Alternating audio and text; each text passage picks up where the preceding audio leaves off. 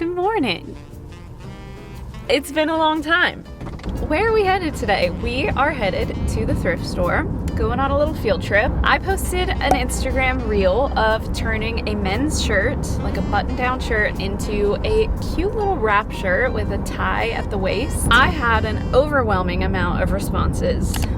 At least one person said, drop the tutorial. We want the full YouTube tutorial. So here I am fulfilling my promise of a full YouTube tutorial. And it's so simple, so easy, so fun. Also, I've been neglecting this YouTube channel for many, many months. My life has been busy. It's been crazy. What can I say? A lot has happened.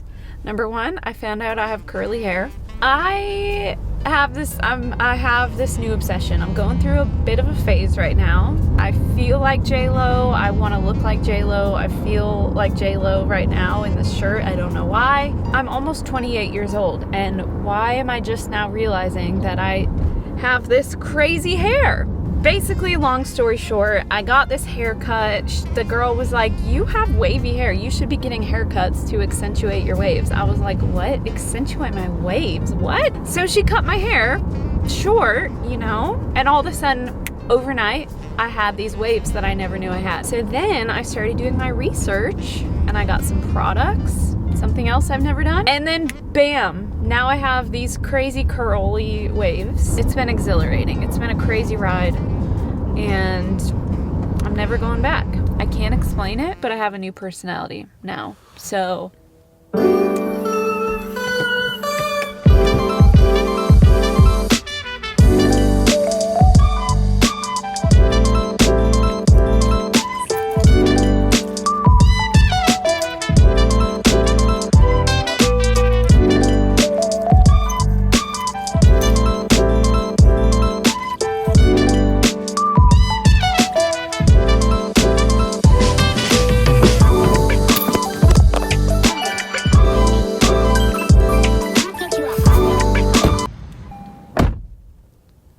you know when vloggers act like their camera was just on in their car filming the whole time, and then they get in and they close their door and they're like, oh, didn't even see you there. You've been recording that whole time I was inside that grocery store for an hour.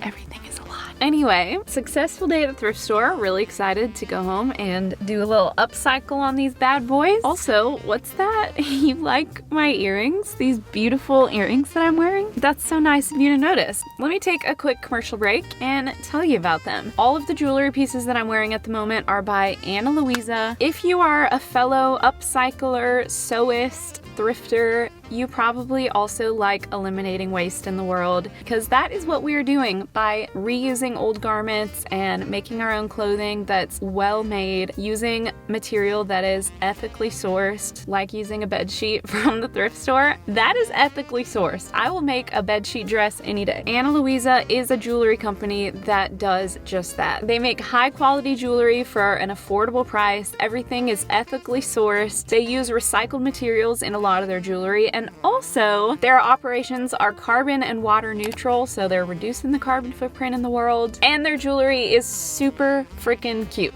So let me tell you about these pieces. These little green gemstone earrings are called the Dobby earrings. They are dipped in 14 karat gold and they have this beautiful green gemstone in the middle. I'm also wearing these little mini huggy hoop earrings. They are recycled sterling silver dipped in 14 karat gold, which is really cool. And look at how beautiful these coin dangly earrings are. Wow! These are beautiful, these are beautiful, these are beautiful. These are called the Michelle earrings and they are plated with 14 karat gold, so they're great quality and they're super lightweight and comfortable and easy to wear all day. Wow! I just leveled up this outfit. I'm feeling extra feisty now. Give me some dangle earrings and this crazy wavy hair. Who is this girl? Who is this girl? And they're running a really great Black Friday sale throughout the month of November. So click the link in my bio to see these pieces, some of their other best sellers, do some Black Friday shopping, and be good to the planet while you're doing it. All right, let's go home. It's hotter than heck in this car. Okay, this is the button-down shirt that I'm gonna be using. I found this one a few days prior. It's a long story, but this one just ended up working great. So we're jumping right in. I'm gonna start out by cutting this collar off right below that collar stand, neckband, whatever you wanna call it. And now we have this beautiful neckline already. Next, I'm gonna take my favorite tool ever invented, a seam ripper, and rip off these buttons. You can throw these away, you can keep them, but if we're talking sustainability, I would recommend keeping them. Okay, now I'm cutting off these little button bands. We do not need these. Okay, and the last thing I'm doing to prep this shirt is seam ripping off the little pocket on the chest. I am now putting it on my Singer adjustable dress form. Love this thing. And I'm just shaping how I want the neckline to look. So I'm just taking into account where the bust is, how low I want the neckline to be, how high I want it to be, and I'm just using pins to mark exactly where I want these. Okay, and the last thing I'm marking is where I want to hem this shirt at the bottom. So I'm marking mine at about the waistline. All right, where I pinned that neckline, I'm just gonna move those pins so that I can see all of the fabric, and I'm gonna add on 1/2 inch seam allowance. That's what I'm gonna sew everything at today. Once we have our lines drawn, we can go ahead and cut our new necklines. And I'm also making a straight line right there where I'm gonna hem the shirt and cut it. Okay, I'm putting it back on my dress form. This is the really fun part. This is gonna really get the size perfectly customized to your body. So I'm just taking it in the back here. You see all that floppy extra fabric? We don't need that. So I'm just marking with some pins how much I wanna take this in. Now, if you wanna do this the easy way, just sew all the way up. But if you wanna go the more professional looking route, I'm gonna make an opening here where the yoke attaches to the shirt. Now, that is called the yoke at the top there. Once I make that opening, I'm gonna take that extra fabric in and then connect the yoke back to the shirt. Now, if you're a visual learner, I'm gonna show you right now how to do that. So I'm taking my seam ripper and I'm ripping a little opening where the yoke attaches to the shirt, and I'm opening it about maybe 2 inches across. Now I'm gonna sew that slanted edge that I marked with my pins. This is gonna get our shirt nice and fitted. Okay, once that's sewn, I'm gonna take my scissors and cut off some of that extra fabric. You can barely see the seam line here, but it's roughly there. So I'm just cutting off some of that extra fabric. Like any good sewist, I'm gonna press my seams open.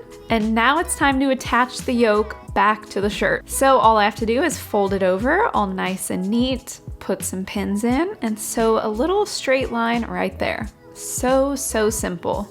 And now look at how beautiful this is. You can barely tell where I even sewed it. Okay, now it's time to make this neckline edge look nice and neat and professional. So you can either hem this, just fold it in and sew it down. That's the easy way. Or what I'm gonna do is make a little binding out of some scrap fabric that I have left over. So to do this, I'm gonna measure how long I need the binding to be. So it's gonna go around the entire neckline. Mine is 48 inches. And I'm gonna cut a slanted piece of fabric. Now, why is it slanted? Because what I'm doing here is basically making a bias binding. The bias runs 45 degrees or diagonal across your fabric, and it's the stretchiest part of the fabric, which is perfect for going around necklines. So now I have this strip of fabric, well actually 2, they're on top of each other. Once I sew it, I'm gonna have one big, long binding that is stretchy and ready to go. I'm also gonna take the other part of scrap fabric that I have and make some waist ties out of this. Now, what I really need is one long waist tie that's about 100 inches long. But since that's not possible, I'm making 2 strips of fabric that are 50 inches long, and mine are about 3 inches wide. And I'm gonna place them right sides together, and I'm gonna sew them right here along the edge to make one big long waist tie. So now it's time to prep the bias binding and the waist tie. So my favorite way to prep these is by pressing them in half, and then I'm folding it in by 1/2 inch, and then in again by 1/2 inch towards the wrong side of the fabric, and then I'm gonna fold that whole thing in half. This is how you make a bias binding. You can buy bias binding that's already made like this, or you can make your own. And I'm gonna prep the waist tie in a similar way. I'm gonna fold it in by 1/2 inch, and then in again by 1/2 inch, and then I'm gonna fold the whole thing in half, hot dog style. I'm just over here steam ironing this shirt. I don't know if I'm alone in this, but there's something really special and fun about steam ironing something from a thrift store, specifically bed sheets, a button-down shirt, you know, an old dress, things that you know have been in somebody's closet for years and years and years and years. And something about steam ironing really will just bring out those scents. It's like a fun surprise each time. Sometimes it smells like cigarettes. Sometimes it smells like your grandma's house. This particular shirt smells a lot like my grandma's house. And you know, it's a sweet, fuzzy feeling for me. So comment below. Let me know what your favorite smell is when you've been steam ironing a thrifted find. That's actually kind of gross. Let's just move on. Here we go. Now it's time to attach that bias binding. So what I'm gonna do is start at the back of the neckline, and I'm gonna lay the bias binding down right sides together. And basically, I'm just gonna pin it all around the center front necklines. Once I get to the end, I can cut off whatever extra fabric I have. I always like to have a little extra. And I'm just gonna sew it right along that pinned edge, all the way around. By the way, I'm using my Singer Quantum Stylist, my favorite sewing machine in the whole world. And since this is a neckline that is gonna be stretched, what I like to do is cut little tiny triangles into the seam allowance. So do not go past that seam allowance, but I'm just cutting like 5 little triangles along the curviest part of the neckline. And this is gonna help relieve some of the tension in the neckline and let it stretch a little more. Okay, so now I'm turning my shirt inside out, and I'm gonna bring that binding over to the other side of the raw edge and just pin it down. So basically we're just concealing that raw edge with a binding, hence why it's called a bias binding. And then we're just gonna sew all along that pinned edge, and this is gonna complete our binding. All right, it's time to attach the waist tie. So I'm gonna let one of the sides of the waist tie hang out by about 35 inches. What I mean by that is one of the waist ties needs to be longer to go around your body. So I'm gonna attach that to the left side, and I'm pinning the waist tie right sides together against my shirt. And if you notice, the other side is gonna hang out by about 21 inches, not as long as the other tie. Now I'm just sewing the waist tie to my shirt. And just like we did for the bias binding, we're just gonna fold that waist tie up to conceal the bottom of the shirt and pin it down. I'm also gonna pin the ties closed at this point. I'm just gonna sew it all together in one go. That's the easiest way to do it. When I get to the waist tie, I'm gonna close the end in by about 1/2 inch and then close it all up. And now our tie is nice and neat and closed. Okay, so I'm just gonna sew all along the waist tie, all down the bottom of the shirt, and the other side of the waist tie. Okay, our very last step is the sleeves. Now I'm gonna start off by cutting about 6 inches off. Spoiler, I kind of wish I would have left these a little bit longer. So maybe don't cut off 6 inches when you go to do this. And I'm just doing a simple double fold hem. So I'm just folding it up twice by about 1/2 inch and pinning it down.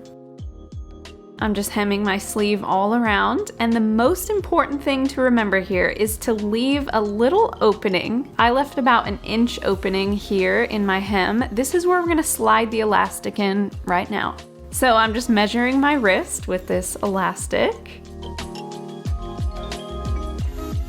I'm gonna attach a safety pin onto the end, and this is what we're gonna use to feed it through. So I'm just gonna feed this elastic through my little sleeve hem.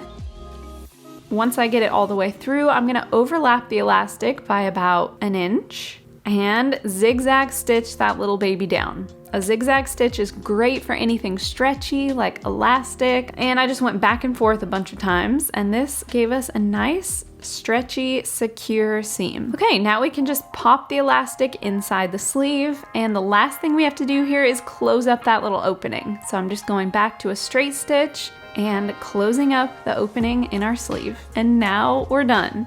I love, love, love how this turned out. It can be dressed up, it can be dressed down. The binding along the neckline looks great. I do wish I would have left the sleeves a little bit longer, but you live and you learn. And the back looks great. You can hardly even notice that seam there. Thank you so much for watching. This was such a fun, easy, beginner-friendly upcycle. I hope you get a chance to make this at home. If you do, send me a photo on Instagram or ask me any questions. I would love to see what you come up with. Also, be sure to check out Ana Luisa. Get yourself 20% off. Click the link in the bio and do some Black Friday shopping and treat yourself or someone else to some beautiful jewelry.